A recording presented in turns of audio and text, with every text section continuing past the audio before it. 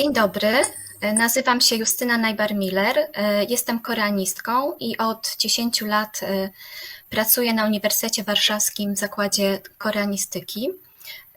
W wolnych chwilach zajmuję się przekładem literatury. Chciałabym przedstawić Państwu koreańską autorkę Hangang, która jest mi szczególnie bliska, ponieważ miałam ogromną przyjemność tłumaczyć jej utwory na język polski. Hangang urodziła się w Gwangju w 1970 roku. Na scenie literackiej zadebiutowała jako poetka, publikując wybrane wiersze na łamach prestiżowego czasopisma Munhak Sahue, czyli Literatura i Społeczeństwo. Było to w 1993 roku. Przeważającą część jej twórczości stanowią jednak utwory pisane prozą. Hangang jest autorką 3 zbiorów opowiadań, do których należą m.in. Owoce mojej kobiety, a także 6 powieści, takich jak Czarny jeleń, Twoja zimna dłoń, Wegetarianka, Idź wieje wiatr, Lekcja greki, Nadchodzi chłopiec. Jest także autorką zbioru esejów pod tytułem Tkliwie nucone piosenki, do którego załączyła nagraną przez siebie płytę, tomiku poezji pod tytułem Schowałam w szufladzie zmierzch, zbioru poetyckiej prozy pod tytułem Biała książka, czy też Biała elegia i 2 książek dla dzieci, a także okazjonalnie artystką performerką. Hangang jest laureatką wielu prestiżowych nagród koreańskich. Jej utwory były tłumaczone na wiele języków, doczekały się ekranizacji i trafiły na deski teatrów. W naszym kręgu kulturowym rozgłos zyskała przede wszystkim dzięki Wegetariance, za którą w 2016 roku otrzymała wraz z tłumaczką na język angielski Deborah Smith Międzynarodową Nagrodę Bookera. Uznanie zdobyła także jej opublikowana w 2014 roku powieść Nadchodzi chłopiec. Za tę drugą powieść w przekładzie na język włoski, który wykonała Milena Demira-Cicimara, Hangang otrzymała w 2017 roku włoską Nagrodę Malaparte. Została też wyróżniona poprzez zaproszenie do udziału w realizowanym w Norwegii projekcie Biblioteki Przyszłości. I w 2019 roku przekazała na rzecz projektu rękopis swojego dzieła, które ma zostać opublikowane w 2114 roku jako jedno z publikowanych przez stulecie, jako jedno zgromadzonych przez stulecie dzieł. Hangang 선생님, 안녕하세요. 안녕하세요. I 인터뷰를 dzień dobry.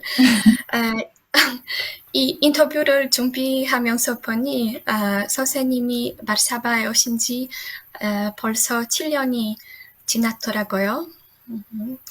와르샤바에서 계시는 동안 카페에서 만나서 재밌는 이야기도 많이 나누었잖아요.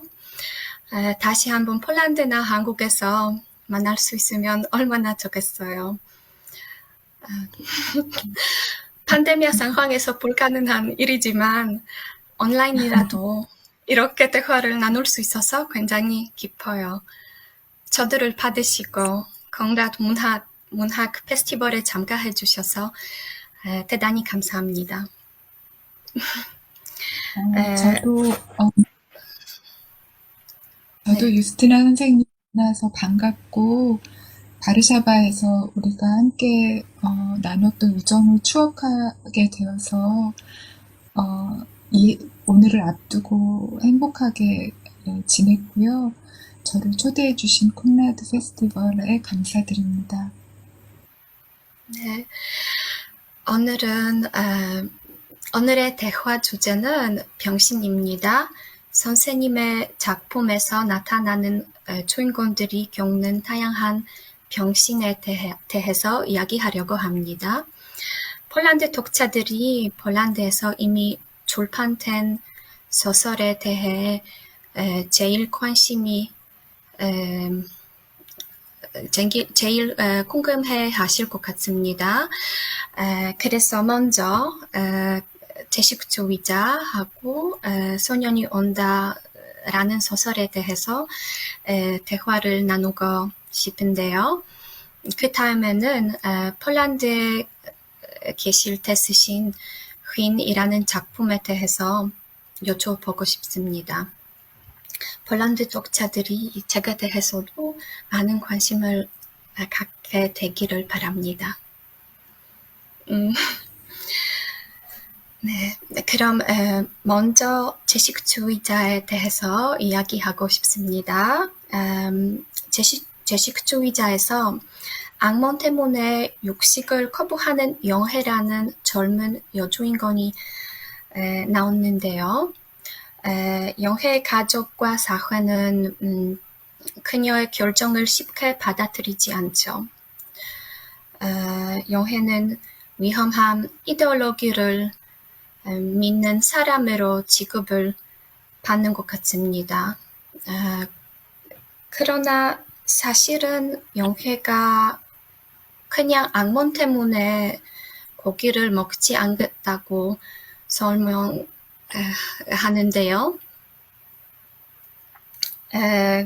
그렇다면 그녀가 채식주의자라고 할 수 있을까요?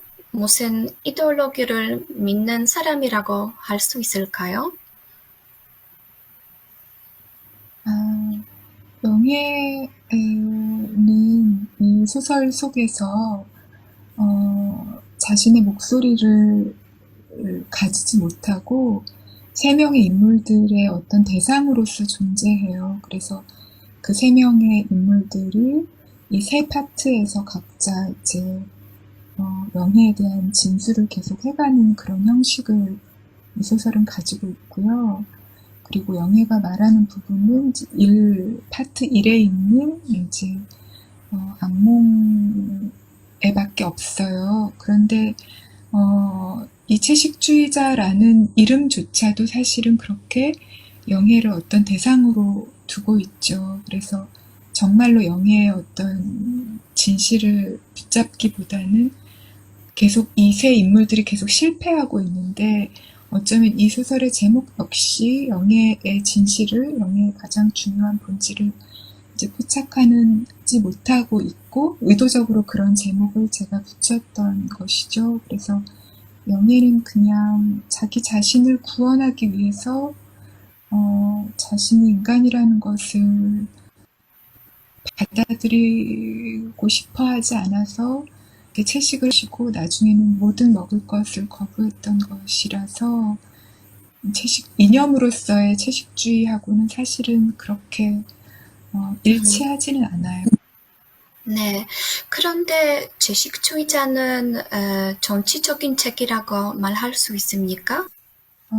사실은 개인적인 것과 정치적인 것을 우리가 정확하게 선을 그어서 나눌 수가 없죠. 아주 개인적으로 보이는 것도 정치적인 것이고 아주 정치적으로 보이는 것도 사실은 아주 사적인 것이기도 하죠. 그래서 그런 의미에서 채식주의자는 정치적인 소설이라고 생각해요. 그리고 채식주의자는 3분의 2의 부분이 남성 화자에 의해서 말해지고 있지만 사실은 두 자매거든요. 영인이에. 그래서 이 조용하게 비명을 지르는 이 두 여자의 이야기이기도 하고 그리고 인간의 폭력성을 거부하기 위해서 목숨을 걸고 있는 제 주인공에 대한 이야기이기도 하고 그리고 정상성과 광기의 경계는 무엇인지 묻고 있는 소설이기도 해요. 그래서 그런 의미에서 정치적인 소설이라고 생각합니다. 영혜는 결국 자신이 나무가 된다고 믿으면서 먹는 것을 완전히 포기합니다. 선생님께서 20년 전에 비슷한 모티프를 이용하셨죠. 내 여자 열매라는 단편 소설에서 아내가 나무로 변신하는 과정을 관찰할 수 있죠. 평론가 환도님은 식물로의 병신은 새로운 탈주의 방식이 된다고 쓰셨습니다. 그리고 안내가 동물의 몸, 욕망의 몸을 벗고 자유를 향해 비상한다고 판단하셨어요. 선생님도 내 여자 열매하고 제식주의자를 쓰실 때 여자가 나무로 변신한다는 모티프를 이렇게 생각하셨어요? 사실은 나무로의 병신은 일종의 해방이라고 할 수 있을까요? 제가 그 단편 소설을 쓰던 당시에는 나중에 이 여자가 이제 식물이 되고 남편이 이 식물이 된 아내를 화분에 심고 물을 주고 이제 네. 가꾸다가 네, 그 나무가 말라서 이제 죽는 걸 보고 내년 봄에 내 아내가 다시 피어날까 꽃피게 될까 뭐 이런 걸 궁금해하면서 끝나잖아요. 그래서 이제 저는 그렇게 시들어서 그 나무가 된 이제 이 여자의 독백이 끝났을 때 여자가 죽었다고 생각했어요. 그런데 의외로 이 소설이 출판되고 나서 아까 얘기하신 것처럼 이걸 굉장히 생명으로 가득한 장면으로 그리고 여자가 해방되었다. 뭔가 이런 식으로 탈주를 감행했다. 이렇게 이야기하는 경우가 많았는데 그래서 그때 생각한 게 나의 몸속에 생명이 가득하기 때문에 그래서 이렇게 읽혔나 보다. 내가 심지어 죽음에 대해서 그린다고 생각했지만 독자들은 생명을 읽었구나라고 깨닫게 되었었어요. 그리고 이제 몇 년이 지나서 채식주의자를 쓸 때는 이제 내 여자의 열매 아주 어둡고 격렬한 변주인데요. 훨씬 현실적이고요. 그래서 그때는 이제 그런 어떤 초자연적인 일은 일어나지 않게 되고 어떤 뭔가 처절한 그런 이제 현실이 이제 들어오게 되는 그런 변주의 과정이었습니다. 영해는 번역이 없는 존재를 갈망하지만 음식을 거부하는 것도 일종의 자기 번역이 아닌가요? 영해는 음식을 거부하면서 점차 죽음에 다가갔죠. 그래서 그녀의 사고 방식을 쉽게 이해하기가 어려워요. 영해를 이해하려는 사람이 한 명 있는데 바로 인해라는 언니예요. 인해도 고통스러운 일을 많이 겪고 인생 자체에 실망한 인물이죠. 영해와 달리 나무가 되고 싶지 않지만 그늘 가지고 자살하러 등산해 본 적이 있습니다. 그런데 산을 올라간 다음에 나무들을 바라보고 나무들이 하는 말에 귀를 기울이는 장면이 나오는데요. 인해도 변화를 원하지만 영해와 달리 살아가는 것을 선택합니다. 두 주인공 중에 누가 선생님 인생 철학에 또 가까운 인물인가요? 그러니까 많이 이제 채식주의자를 읽으신 분들이 이제 영해가 굉장히 자기 파괴적인 인물이 아닌가라고 물으시는 때가 많이 있어요. 그런데 제가 느끼기에 영해는 자신을 죽이기 위해서 이렇게 음식을 먹지 않는 게 아니라 살리기 위해서 그렇게 하는 거예요. 그래서 영해는 인간이라는 어떤 존재의 어떤 긴 스펙트럼 전체를 아주 예민하게 느끼고 사는 사람이에요. 그러니까 인간이라는 게 아주 복잡하잖아요. 그러니까 아주 잔인하고 폭력적이기도 하지만 한편에서는 굉장히 숭고하기도 하고 그런 아주 긴 그런 스펙트럼을 가지고 있죠. 그래서 그 모든 스펙트럼을 인식하면서 고통받고 있는 인물인 영해가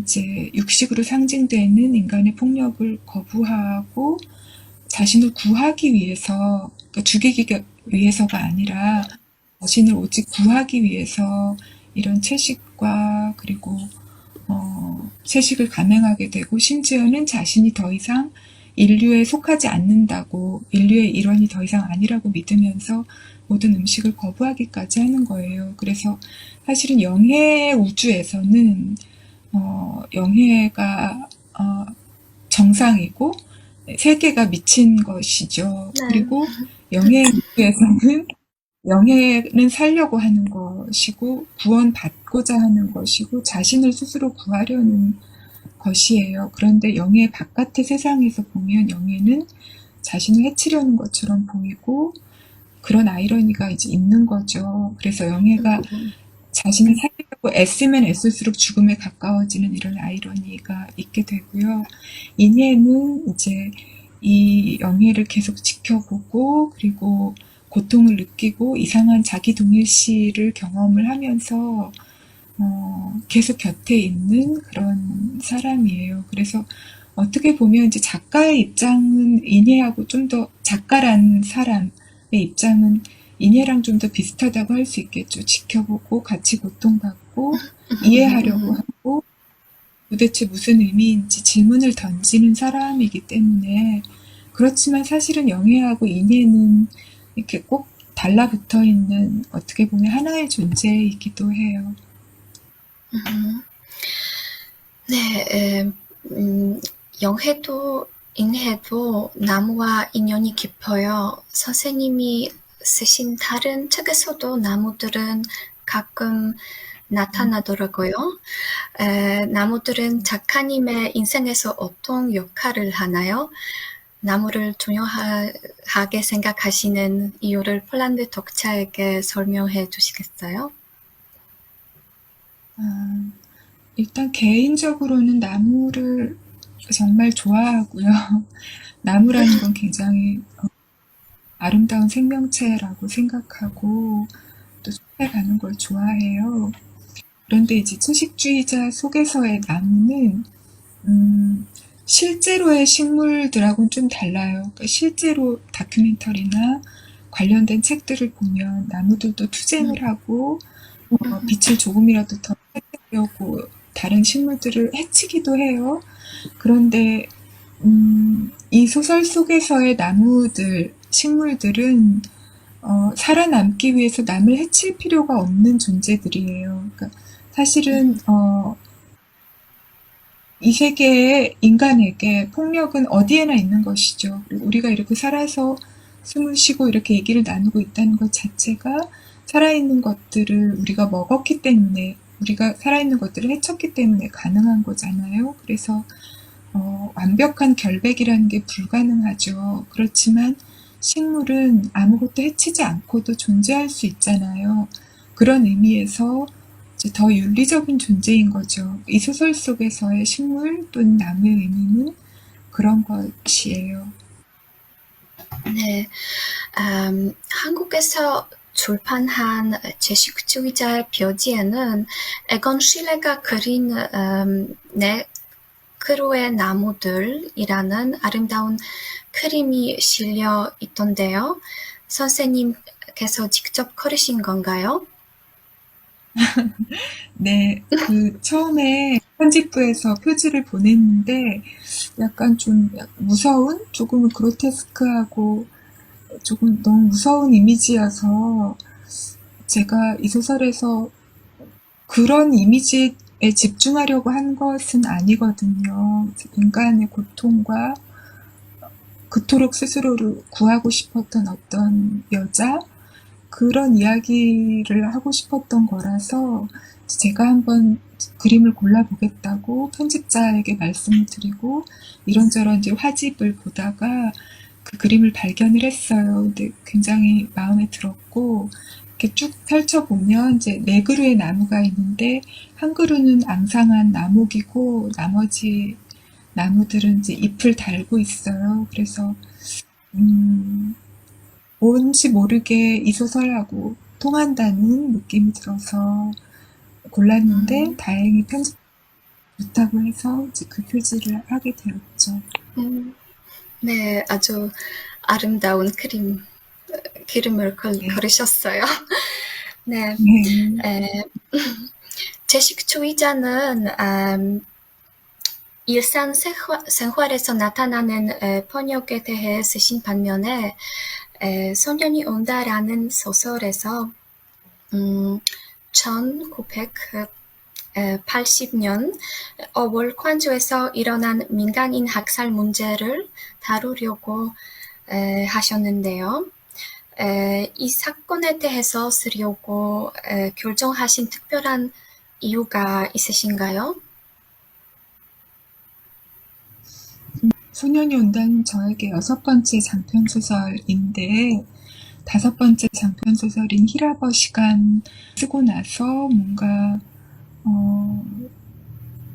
뭔가 어떤 인생의 반짝이는 순간들을 담은 그런 어떤 책을 이제 쓰고 싶었어요. 그래서 그런 소설을 쓰려고 이제 한 1년 정도 계속 생각하고 조금씩 쓰기도 하고 그랬는데 이상하게 잘 되지 않아서 왜 나는 이게 안 될까? 왜 내 안에는 내적인 투쟁이 있고 인생을 껴안는 것이 왜 이렇게 나에게는 힘든 것일까?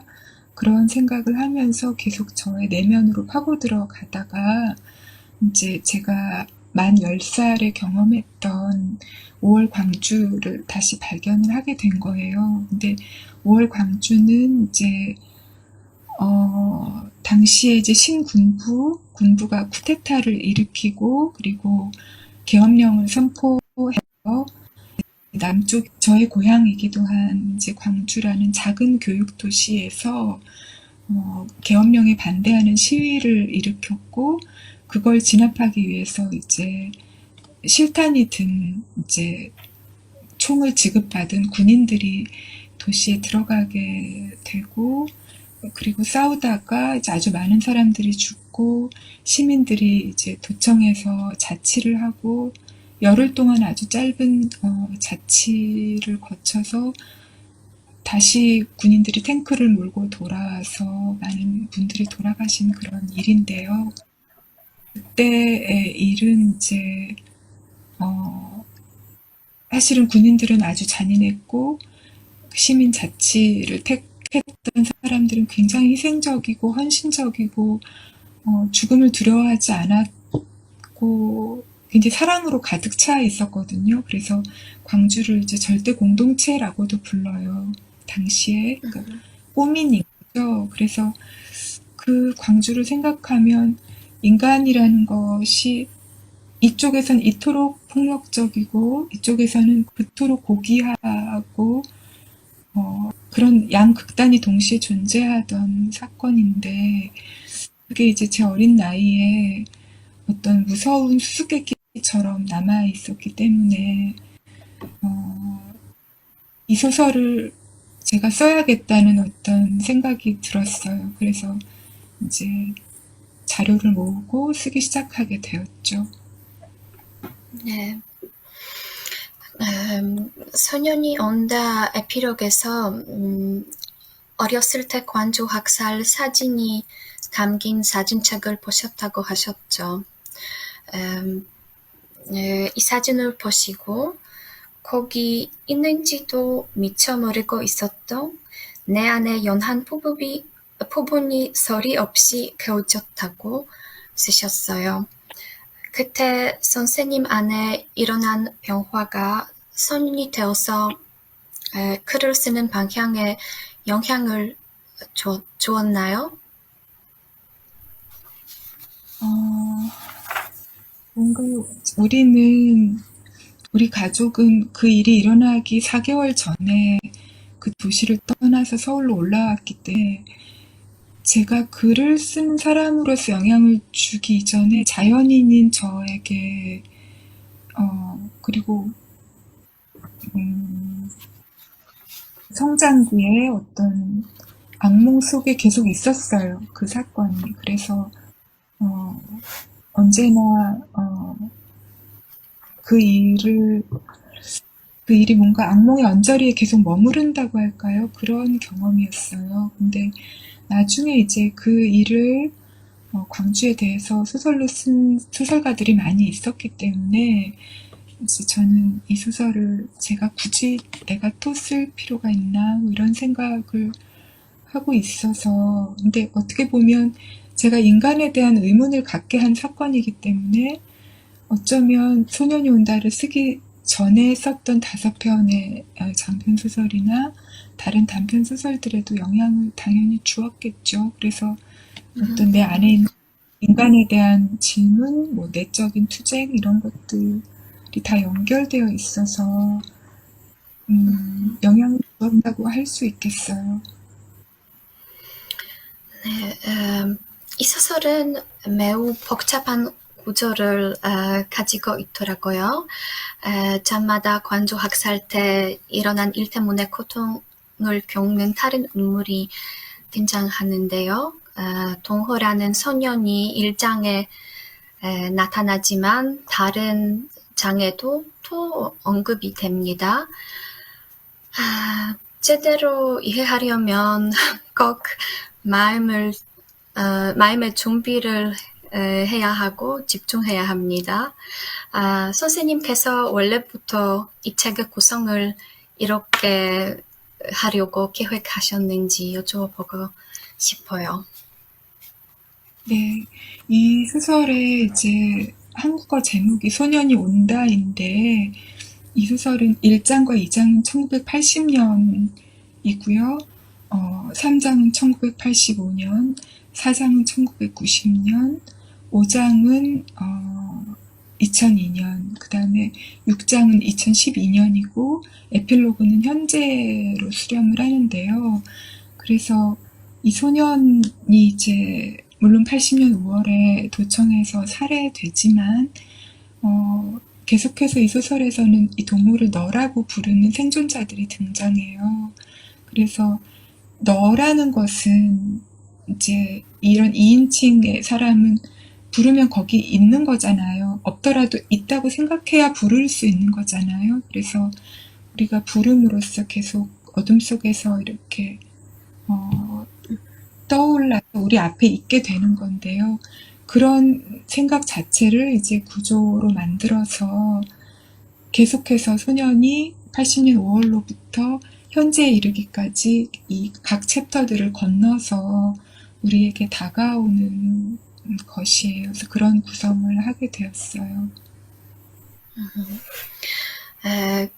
관주 학살의 경험은 등장하는 인물에게 굉장히 장기적인 영향을 미칩니다. 주인공들이 구타, 투옥, 검문 등과 같은 다양한 유형의 신체적인 고통을 경험하게 됐죠. 그러나 훨씬 더 중요한 것은 시간이 오래 지나도 치유되지 않은 정신적인 상처입니다. 여기서 육체와 영혼의 관계는 매우 중요한 것 같아요. 등장인물의 육체적, 정신적 고통을 묘사함으로써 집단적 전체성의 이미지를 만들려고 하셨습니까? 모두가 그 광주를 겪은 사람들에게 이제 새겨진 그런 아픔을 제가 그냥 같이 느끼고 싶다는 생각을 했어요. 제가 자료들을 모으면서 굉장히 새롭게 많이 알게 되었거든요. 그리고 1000쪽이 넘는 이제 900명의 증언자들이 증언을 한 증언록을 다 읽고 나니까 도대체 내가 이 소설을 어떻게 쓸 수 있을지 좀 근본적으로 저에게 묻게 되었고 제가 할 수 있는 것은 제가 같이 느끼는 거라고 생각하게 되었어요. 소설의 양쪽에 처음과 끝에 촛불을 밝히고 그리고 최대한 그분들 살아있는 사람 생존자든 살해된 사람이든 함께 느껴야 되겠다고 생각했어요. 그래서 저의 몸의 감각도 동원하고 저의 감정, 저의 마음 모든 것을 다 동원하게 된 것이죠. 그래서 몸의 감각과 정신적 고통 이게 다 그냥 하나로서 제가 그걸 겪으면서 제가 어떤 뭐라고 해야 되죠? 저를 빌려준달까요? 저의 몸과 마음을 빌려드린다고 생각하면서 써서 그렇게 신체와 정신이 뒤섞인 어떤 장면들이 계속 나왔다고 생각이 됩니다.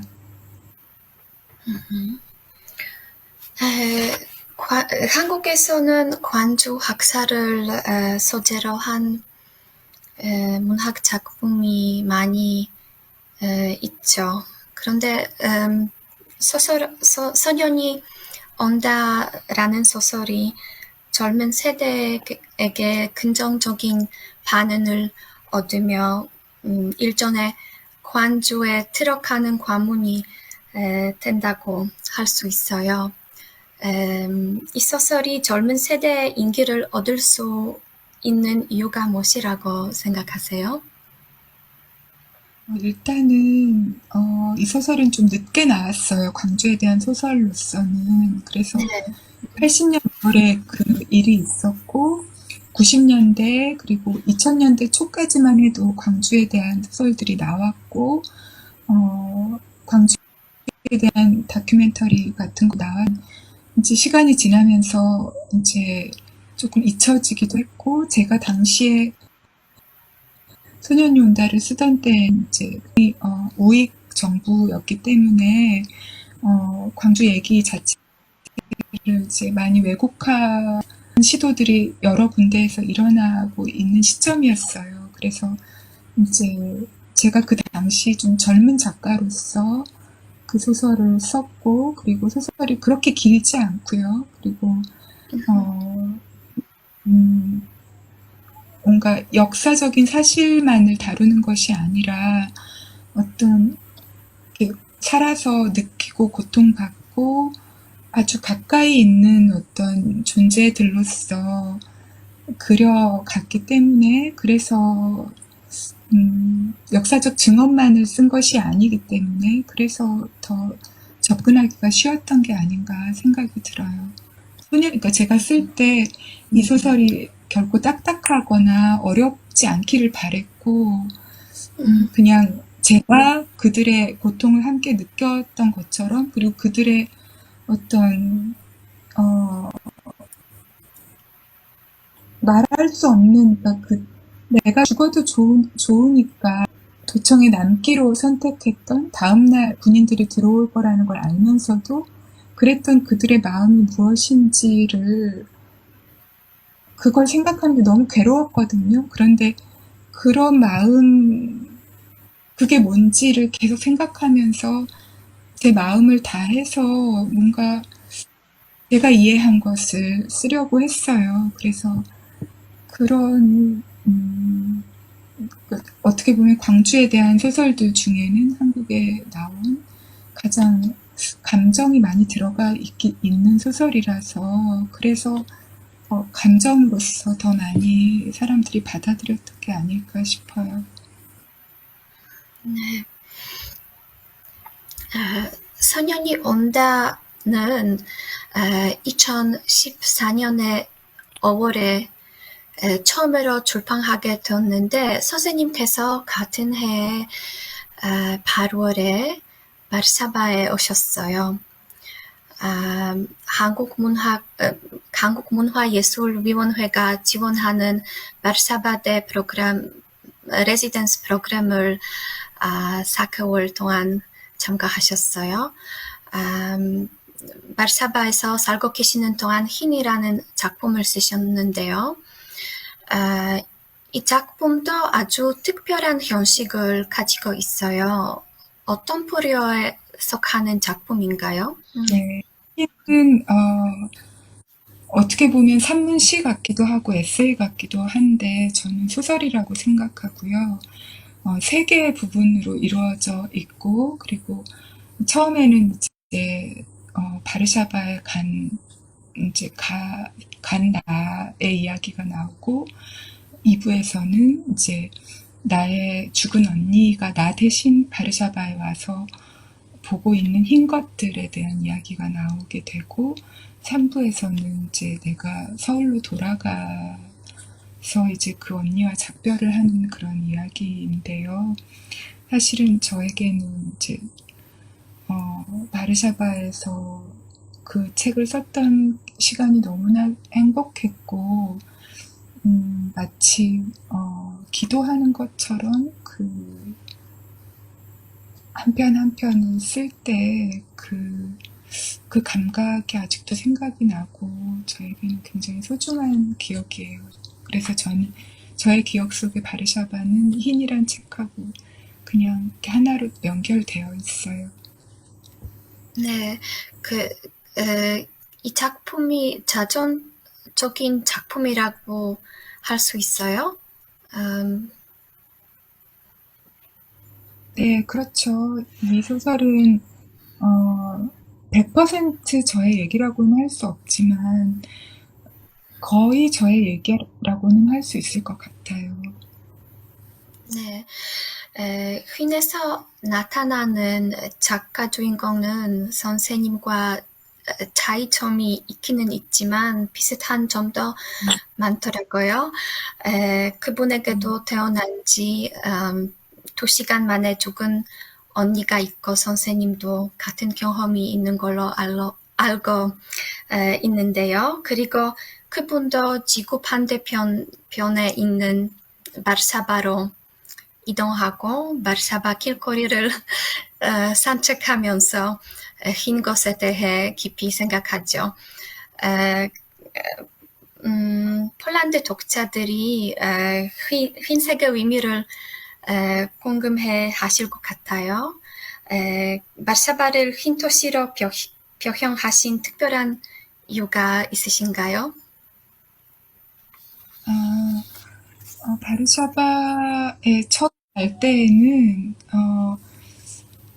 바르샤바에 처음 갈 때에는 바르샤바여서 갔다기보다는 유스티나가 초대를 했기 때문에 갔어요.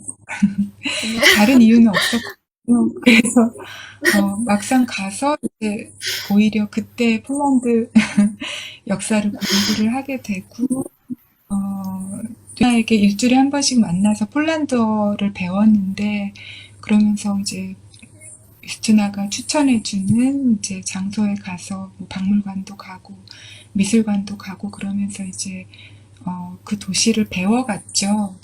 그리고 일요일이면 이제 와지엔키 공원에 가서 피아노 연주도 듣고 그런 시간을 보냈는데 그러면서 서서히 이제 바르샤바라는 도시가 어떤 일을 겪었는지 알게 되었어요. 그리고 이 부활한 도시라는 걸 알게 되었죠. 한 번 완전히 파괴되었다가 새롭게 태어난 도시라는 걸 알게 되었고 문득 이제 나의 언니, 2시간 만에 세상을 떠났던 언니가 만약에 생명을 얻어서 나 대신 여기 있다면 그 언니의 운명이 이 도시의 운명하고 닮았다고 생각을 하게 되었고 그리고 한국어에서 흰은 그냥 하얗기만 그러니까 한국어에서 흰색을 가리키는 형용사는 2개가 있는데 하나는 흰이고 하나는 하얀이에요. 그런데 이 소설에서의 흰은 그냥 하얗고 깨끗하기만 한 색이 아니라 삶과 죽음이 같이 들어있는 애도의 의미가 있는 그런 쓸쓸한 흰색이거든요. 그래서 그런 흰 도시, 그리고 흰 사람, 그리고 그 사람에게 내가 주고 싶은 흰 것들, 그런 것들을 생각하면서 이 도시, 바르샤바를 흰 도시라고 제 마음으로 생각하게 되었어요. 네, 죽은 화자는 선생님, 죽은 언니에게 자기 몸을 건네고 언니에게 깨끗한 흰 곳을 보여주기 위해서 노력을 하죠. 그런데 언니의 눈으로 세상을 바라볼 때 세상을 다르게 보기 시작하고 그 결과로 마음의 변화가 이루어지는데요.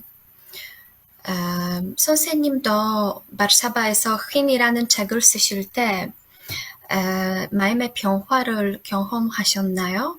흰뿐만 아니라 다른 작품, 새로운 작품을 쓰실 때마다 조금씩 마음의 변화를 경험하게 되시나요?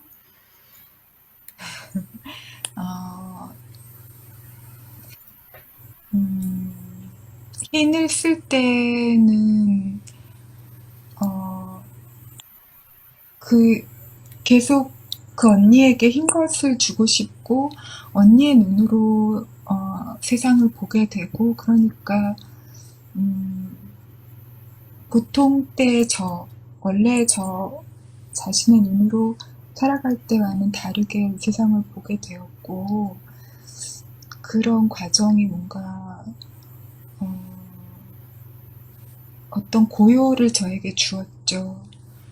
평화라기보다는 고요함을 주었어요. 그렇지만 이제 흰을 쓰고 나서는, 최근에 제가 낸 소설은 제목이 작별하지 않는다. 영어로는 아마 I do not bid farewell 이렇게 될 것 같은데, 사실은 아주 고통스러운 소설이에요. 네. 그래서 그렇지만 이제 어둠에서 빛으로 가고 있는 소설이고요. 네, 그래서 다음 소설이 흰처럼 쓰진 않았어요. 그러니까 흰은 어떻게 네. 보면 유일한 그냥 흰은 그냥 흰이죠. 다른 소설로 그렇게 이어지진 않았어요. 네. 작별하지 않는다에서 제주 학사를 다루려고 하셨죠? 네. 네. 이 작, 네. 폴란드에 계시는 동안 폴란드 문화를 직접 체험하실 기회가 있으셨죠? 폴란드 작가인 한나 크랄의 드북라는 작품하고 크zysztof Zanusi 감독의 지속적인 여인을 보셨다고 알고 있습니다. 휘는 쓰실 때도 이 작품의 내용이 선생님의 책에 반영되었죠. 그렇다면 이 작품을 중요하게 생각하시는 이유를 설명해 주시겠어요? 제가 바르샤바에 있을 때 자주 갔던 카페에서, 어, 얼마 안 되는 영어로 쓰여진 책들의 컬렉션이 있었어요. 그래서 거기서 한나 크랄의 책을 발견을 해서 읽었고요. 거기 나오는 일화를 이제 조금 변형해서 똑같지 않게 해서 흰에, 요. 그리고, 그 다음에 그 지속적인 요인이라는 그 영화는 바르샤바 영화제에서 봤던 영화예요. 근데, 너무 좋은 영화라고 생각했고, 너무나 강렬하게 그 설산의 이미지와 그 남자 주인공의 이야기가 마음에 남아있다가, 이제 그 언니가 보는 흰 것들에 대한 이야기를 쓰면서 자연스럽게 그 만년설의 이야기를 쓰게 되었어요. 이 영화가 많이 알려져 있어서 여러분들이 얘기하시더라고요. 나도 되게 좋아했던 영화인데 그 영화를 반가웠다 이런 얘기하는 경우가 가끔 있었어요. 네.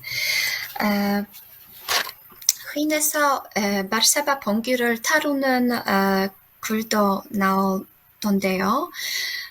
주인공은 바르샤바 길거리를 산책하면서 바르샤바 번기 때 죽은 자의 혼을 기르는 면방을 보죠. 그 면방 아래 촛불이 켜져 있고 하고 꽃이 받쳐져 있는 것에 대해 감동을 받습니다. 그때 한국에서 일어났던 일들에 대해 생각하고 죽은 자들이 완전히 받지 못한 애도에 대해 생각하죠. 이 글을 쓰실 때 무슨 생각을 하셨어요? 어떤 일을 생각하셨어요? 일단은 제가 2014년에 소년이 온다를 내자마자 바르샤바에 갔기 때문에 제일 먼저는 광주를 생각했어요. 이렇게 대도시에서 대로변에 사람들이 꽃을 바치고 소를 밝히는 그렇게 애도를 할 수 있다면 얼마나 좋을까. 그렇지만 상황이 그렇지가 않았고, 그리고 복잡한 현대사 속에서 그렇게 애도받지 못한 죽음들이 굉장히 많아서 그게 더 아프게 다가왔던 것 같아요. 그래서 언젠가는 그렇게 될 수 있다면 좋겠다고 생각하죠.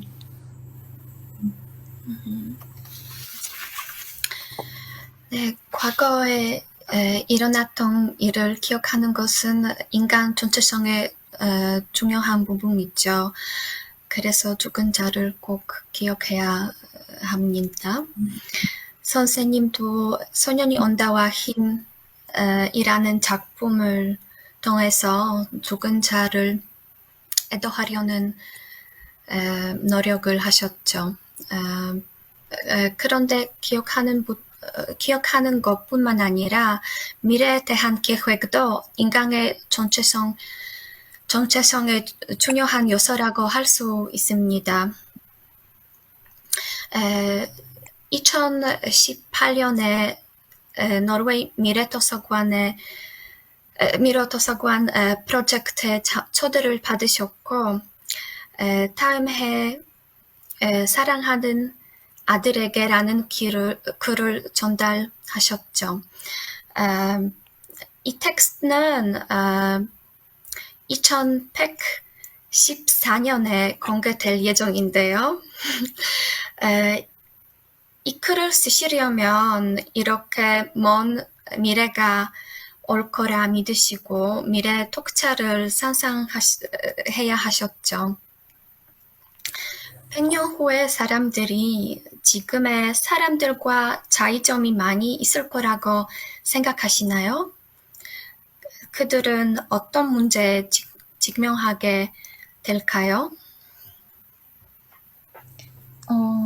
일단은 요즘 제가 기후위기에 대한 책을 많이 읽어서 과연 2114년에 인류가 생존해 있을지에 대해서 좀 전망이 어둡다는 것을 이제 많이 요새 생각하고 있어요. 그래서 너무 걱정이 많이 되는데, 만약에 그때 살아남아있는 인류가 있다면, 이제, 지금의 우리랑은 전혀 다른 아주 어려운 상황 속에서 살아가게 되겠죠. 그런 생각을 하면 마음이 많이 무거워지고, 그리고, 미래 도서관에 원고를 넘길 때에는 2114년이라는 이제 저도 없고 제가 사랑하는 어떤 사람도 없는 세계를 상상하면서 그래도 거기에 누군가가 남아서 책을 만들어서 읽을 거라는 그런 어떤 그 불확실성 속에서의 아주 가느다란 희망, 그런 것을 가지고 있었죠. 그런 게 없으면 못 쓰니까요. 그런 경험을 하면서 미래에 대해서 어떤 희망을 생각하게 됐어요. 그 희망이라는 게 최근에 제가 읽은 책에서 우리에게 살찐 희망은 거짓이고 그것은 무의미한 것이다. 하지만 아주 가냘픈 희망은 의미가 있고 그건 우리가 애써서 붙잡을 수 있다라고 이야기한 그런 글을 읽은 적이 있어요. 그래서 그런 생각을 하게 하는 그런 프로젝트고, 요즘 제가 기후위기에 대해서 공부하고, 특히나 우리가 전 세계가 지금 팬데믹 때문에 고통받고 있잖아요. 어떻게 보면 이게 이제 대재난의 시대이고, 이 대재난이 이어져서 이제 기후위기가 될 가능성에 대해 생각할 때 이런 가냘픈 희망, 아주 가느다란 희망을 생각하면서 그걸 위해 뭘 할 수 있을지를 고민해 봐야 하는, 그러니까 그런 살찐 희망, 막연히 잘 될 거라는 낙관 대신에 그런 가냘픈 희망을 품으면서 우리가 살아가야 하는 게 아닐까, 그런 생각을 요즘 고민하고 있어요. 네, 이제 인터뷰를 마무리할 시간이 되었네요. 혹시 마지막으로 폴란드 독자들 위해 휘에 나오는 파도라는 글을 한국어로 낭독해 달라고 요청드려도 될까요? 굉장히 아름다운 글이라고 생각해요.